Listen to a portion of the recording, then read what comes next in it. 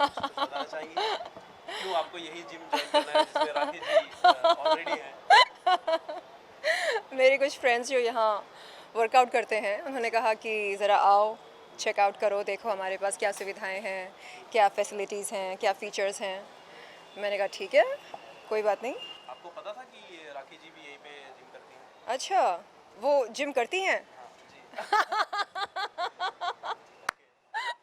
तो आपको नहीं लगता वो जिम राखी, करती? राखी बताओ ना, जिम करती हो? हाँ, या अंदर जाकर थोड़ा सा मेकअप शेकअप करके हेयर एक्सटेंशंस लगाकर बाहर आती हो? ऐसा आपको उनकी फिटनेस देखकर लगता नहीं है कि वो जिम वगैरह हाँ करती हाँ, उनकी फिटनेस देखकर लगता है कि बंदी बहुत मेहनत करती है, सुबह शाम डाइटिंग करती है। उनके जो फैमिली पैक्स हैं राखी, बुरा नहीं मानना हाँ, कहीं जाकर केस कर देगी। शर्लिन चोपड़ा ने कहा कि मेरे पास फैमिली पैक्स हैं। है तो है, क्या कर सकते हैं। तो केस में कुछ अपडेट कुछ केस को जी, लेकर कुछ बताना चाहेंगे रिवील करना चाहेंगे? सबसे पहले मैं ये कहना चाहूँगी कि इस समय राखी सावंत और मैंने जो एफआईआर्स दर्ज कराए एक दूसरे के ख़िलाफ़, उन एफआईआर्स की तहकीकात हो रही है, जांच पड़ताल हो रही है। किसने क्या आरोप लगाया है, उन आरोपों में कितनी सच्चाई है, और मुझे लगता है कि जिस किसी ने गलत एफआईआर दर्ज कराया उसे सज़ा होनी चाहिए, चाहे वो मैं क्यों ना हूँ। अगर हम कानून का मजाक उड़ाते हैं और पुलिस प्रशासन के पास जाकर उनका समय बर्बाद करते हैं तो हमें सज़ा मिलनी चाहिए। और मैंने इससे पहले भी कई बार ये बात बताई कि जब मैं ओशिवरा पुलिस चौकी पर गई थी राखी सावंत के ख़िलाफ़ एफआईआर दर्ज कराने, तब मुझे ये बताया गया कि घटनास्थल अगर पुलिस प्रशासन के ज्यूरिसडिक्शन में नहीं आता है तो वो उस शिकायत को नामंजूर करते हैं।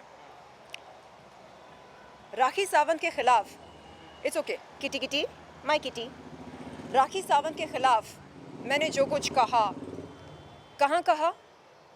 जुहू में कहा, अपने घर पर और जिम के बाहर। और जुहू ज्यूरिसडिक्शन होशीवारा नहीं आता। ओशिवारा पुलिस चौकी में नहीं आता है। राइट। बावजूद इसके ओशिवारा पुलिस ने राखी सावंत की शिकायत को मंजूर किया, कॉग्निजेंस ली। तो इस बात का क्या मतलब निकाला जाए? क्या ज्यूरिसडिक्शन का नियम, ज्यूरिसडिक्शन का कानून सिर्फ और सिर्फ शर्लिन चोपड़ा पर लागू होता है?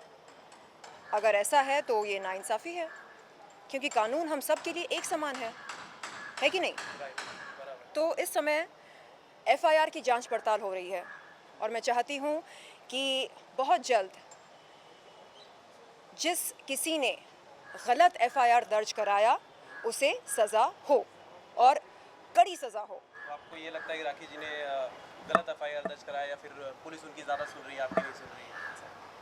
नहीं, जब मैं जुहू पुलिस चौकी जाती हूँ तो मुझसे कहा जाता है कि अरे घटनास्थल तो फिटनेस फर्स्ट जिम के बाहर का है, आप उस ज्यूरिसडिक्शन में जाकर अपनी शिकायत दर्ज कराएं। जब ओशिवरा आती हूँ तो बोलते हैं अरे फिटनेस फर्स्ट जिम तो हमारे ज्यूरिसडिक्शन में नहीं आता है, अंबोली पुलिस चौकी के ज्यूरिसडिक्शन में आता है, आप वहाँ जाइए। लेकिन ये बंदी राखी सावंत ओशिवरा पुलिस चौकी जाती है और फटाफट रातों रात एफआईआर दर्ज होता है। तो मेरा सवाल ये है कि उस रात किसका कॉल गया था? ओशिवरा पुलिस में किसका कॉल गया था? किसने दबाव बनाया? जिस पुलिस अधिकारी ने मेरे खिलाफ एफआईआर दर्ज की, उस पर किस प्रकार का दबाव बनाया गया था? इन सवालों के जवाब बहुत ही अहम हैं और इनके जवाब हमें तत्काल मिलने चाहिए। आपको क्या लगता है किसने ये बोलते हैं ना, आप जो बोल रही हैं कि जी। दबाव बनाया गया था, किसने किया होगा आपके हिसाब से? जी, कौन हो सकता है इसके पीछे? मैं इस बात पर किसी भी तरह की कोई टिप्पणी नहीं करना चाहती हूँ। मैं चाहती हूँ कि सच सामने आए और बहुत जल्द आए और हम सबको पता चले कि असल में पर्दे के पीछे क्या होता है। एक सेलिब्रिटी के साथ अगर इस तरह की नाइंसाफ़ी हो सकती है तो एक आम आदमी के साथ क्या कुछ नहीं होता होगा। अब हम बात करते हैं साजिद खान के बारे में। मेरी लड़ाई साजिद खान से है, मेरी लड़ाई राज कुंद्रा से है, मेरी लड़ाई कभी भी राखी सावंत से नहीं थी। वो आपने कई लेकिन ज़बरदस्ती वो मेरी लड़ाई यौन शोषण के ख़िलाफ़ और यौन शोषण करने वालों के ख़िलाफ़ में घुस गई। उसे अच्छा लगता है दूसरों की लड़ाइयों में दखलंदाजी करना, दूसरों की ज़िंदगी में दखलंदाजी करना। खैर कोई बात नहीं, ये उसकी आदत है। मेरा ये कहना है, मेरा ये सवाल है राखी सावंत से, जब तनुश्री ने मीटू मूवमेंट शुरू किया था भारत देश में, तब राखी सावंत ने नाना पाटेकर को अपना भाई बनाया और तनुश्री दत्ता को आरोपी ठहराया। उसने कहा, अरे देखो तनुश्री दत्ता का हाल देखो, हाल बेहाल हो गया है उसका, फैल गई है, अदरक की तरह मोटी हो गई है, चर्सी कहीं की पता नहीं कहाँ कहाँ जाकर नशा करके आती है। तो समझने वाली बात यह है कि वो पुरुषों को झट से अपना भाई बना लेती है, लेकिन महिलाओं को बहन बनाने में झिझक क्यों महसूस करती है? क्यों? क्या परेशानी है? वो नाना पाटेकर को अपना भाई मानती हैं, राज कुंद्रा को अपना भाई मानती हैं, साजिद खान को अपना भाई मानती हैं। मुझे अपनी बहन क्यों नहीं मान सकती है? तनुश्री को अपनी बहन क्यों नहीं मान सकती है? सनी लियोन को अपनी बहन क्यों नहीं मान सकती है? नहीं, सनी लियोन ऐसी है वैसी है, अरे निकालो उसको भारत देश में से, हमारी रोटी खा रही है वो, इस तरह के बयान देती है। नहीं, हम सब अपनी किस्मत की रोटी खा रहे हैं, है कि नहीं? तो अगर सच में वो न्याय के पक्ष में बोलना चाह रही है, सच्चाई के पक्ष में बोलना चाह रही है, उसे कहना चाहिए, मुझे नहीं पता कि क्या हुआ, कैसे हुआ, क्योंकि वारदात के समय मैं मौजूद नहीं थी। यानी राखी सावंत ऐसा कहे कि मैं मौजूद नहीं थी। इन पीड़ित महिलाओं के आरोपों में, चाहे वो शर्लिन चोपड़ा हो, तनुश्री दत्ता हो, इनके आरोपों में ज़रा भी सच्चाई हो तो मैं ईश्वर से प्रार्थना करती हूँ कि इन महिलाओं को इंसाफ मिले। बस। नहीं, मेरा भाई निर्दोष है, राज कुंद्रा निर्दोष है, साजिद खान निर्दोष है, ये निर्दोष है, वो निर्दोष है, ये सब बोलने की ज़रूरत ही नहीं है। क्योंकि अगर कोई पीड़ित महिला किसी पुरुष के ख़िलाफ़ या किसी इंसान के ख़िलाफ़ आरोप लगाती है तो उन आरोपों में कितनी सच्चाई है, इसकी जांच पड़ताल कौन करेगा? राखी सावंत करेगी? आरोपी की बहन करेगी? नहीं, जांच पड़ताल, आरोपों की जांच पड़ताल करने की जिम्मेदारी पुलिस प्रशासन की है। हाँ, अगर वो नहीं कर पा रही है तो हम अदालत का रास्ता आजमा सकते हैं। ये नौटंकी, ये ड्रामा, इसकी कोई ज़रूरत नहीं है। हम पुलिस प्रशासन के पास गए थे इंसाफ मांगने, करेक्ट? तो बीच में राखी सावंत आ गई, नहीं नहीं नहीं नहीं, ऐसा नहीं हो सकता। क्यों नहीं हो सकता? अरे हमारा संवैधानिक हक है कि हम इंसाफ की गुहार लगाएं, न्याय की गुहार लगाएं, हमारा हक है, ये संवैधानिक हक है। फिर बोलती है, अरे इसने तो पॉर्न वीडियोस किए हैं, अरे इसने जिस्म की नुमाइश की है। आप बताइए, क्या हमारा संविधान उस महिला का बलात्कार करने की इजाज़त देता है जो अंग प्रदर्शन करती हो, जो बाजारू हो? नहीं, संविधान तो कहता है कि महिला जो कोई भी हो, पुलिस अफसर हो, वकील हो, इंजीनियर हो, डॉक्टर हो, काम वाली बाई क्यों ना हो, बाजारू औरत क्यों ना हो, पॉर्न स्टार क्यों ना हो, उसकी परमिशन के बगैर, उसकी इजाज़त के बगैर उसे कोई भी हाथ नहीं लगा सकता। ये कहता है हमारा संविधान। लेकिन नहीं, अरे जाकर देखो उसने क्या क्या काम किए हैं, कैसे काम किए हैं। अंग प्रदर्शन करना, वस्त्रहीन होना, रजामंद होना नहीं है। इस बात की समझ नहीं है उसको, या जानकर अनजान बन रही है वो। और केवल वो ही नहीं, उसकी वकील भी फाल्गुनी ब्रह्मभट्ट।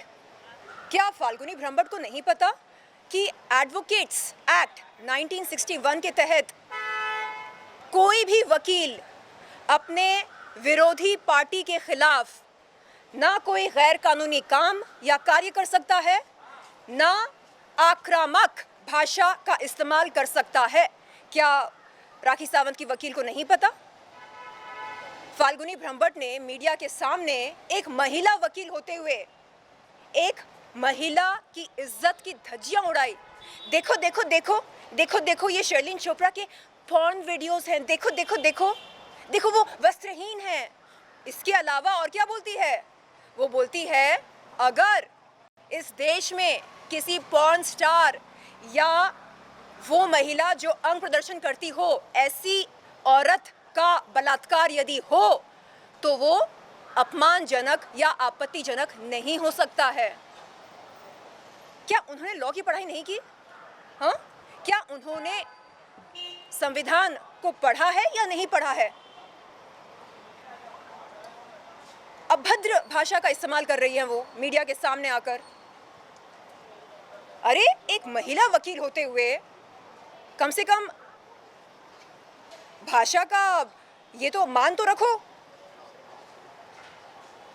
लेकिन नहीं, मुझे समझ में नहीं आ रहा है कि ये कैसी वकील हैं, खुद को एनजीओ फाउंडर कहती हैं। अरे आपको महिलाओं के हक के लिए लड़ना चाहिए, महिलाओं की हक की लड़ाई में भाग लेना चाहिए। आप कहते हो ये देखो देखो, अभी तो सिर्फ पॉर्न वीडियोस बता रही हूँ, आगे चलकर देखो क्या क्या एक्सपोज नहीं करूँगी मैं। अरे आप एक्सपोज मुझे नहीं कर रहे, आप एक्सपोज खुद को कर रहे। आप अपनी घटिया मानसिकता दर्शा रहे हो, अपनी घटिया ओछी सोच दर्शा रहे हो जनता को। मैं बार बार कह रही हूँ, महिला जो कोई भी हो, वैश्या हो, बाजारू औरत हो, पॉर्न स्टार हो, कामवाली बाई हो, पुलिस अफसर हो, इंजीनियर हो, डॉक्टर हो, लॉयर हो, जो कोई भी हो, उसकी परमिशन के बगैर कोई भी उसको हाथ नहीं लगा सकता। लेकिन नहीं, उसको ये बात समझ में नहीं आ रही। देखो देखो देखो, शर्लिन चोपड़ा की पॉर्न वीडियोस देखो, क्या है ये? अरे जाकर पढ़ो, एडवोकेट्स एक्ट 1961 क्या कहता है, जाकर पढ़ो। नहीं, फिर बोलती है पर्सनल कैपेसिटी में बोल रही हूं। अरे जाकर पढ़ो, एडवोकेट्स एक्ट 1961 क्या कहता है। कोई भी वकील ना प्रोफेशनल कैपेसिटी में ना पर्सनल कैपेसिटी में विरोधी पार्टी के खिलाफ आक्रामक भाषा का इस्तेमाल कर सकता है। तो समझने वाली बात है कि ये लोग चाह रहे हैं कि हम अपनी लड़ाई में गुमराह हो जाएं। हमारी जो मंजिल है उससे हमको ये गुमराह करना चाह रहे हैं। हम भटक जाएं, भूल जाएं कि हमारी मंजिल क्या है। कैसे भूल सकते हैं हम? आज मैं राखी सावंत से पूछती हूँ, जैसे आप यौन शोषण करने वाले लोगों को अपना भाई मानती हैं, आप पीड़ित महिलाओं को अपनी बहन क्यों नहीं मान सकती हैं? मानकर देखो, थोड़ी बहुत सहानुभूति दिखाकर देखो। हम भी आपको प्यार देंगे, हम भी आपको दुआएं देंगे। रही बात पैसों की, तो मुझे पता नहीं। हमारे पास अगर बहुत सारे पैसे होते तो क्या पता आज आज ये जो लड़ाई हम लड़ रहे हैं, शायद ये लड़ाई न लड़नी पड़ती। लोग बोलते हैं कि देखो सब पैसों का खेल है, आपके ऐसे हमें इंसाफ चाहिए, इंसाफ इंसाफ के नारे लगाने से आपको कोई इंसाफ नहीं मिलने वाला। क्यों नहीं मिल सकता इंसाफ? नहीं, क्योंकि आपके पास पैसा नहीं है। और अगर पैसा होता तो क्या होता?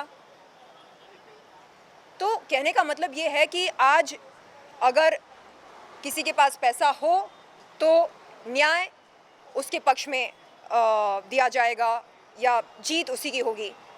मैं नहीं मानती इस बात को। तो राखी सावंत, हमारे पास देने के लिए पैसे वैसे नहीं हैं, लेकिन हाँ प्यार है, दुआएं हैं। अगर इससे आपका काम चलता है तो आप हमें बहन बनाकर देखिए। हम मिलेंगे, आपके गले मिलेंगे, आपको प्यार की झप्पी देंगे। लेकिन अगर आपको प्यार और दुआओं के अलावा कुछ और भी चाहिए तो फिर माफ़ कीजिएगा,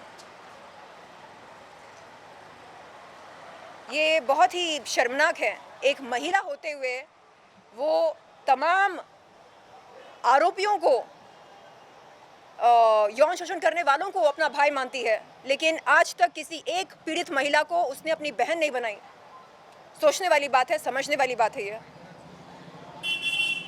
थैंक यू सो मच। जी, थैंक यू धन्यवाद। So much.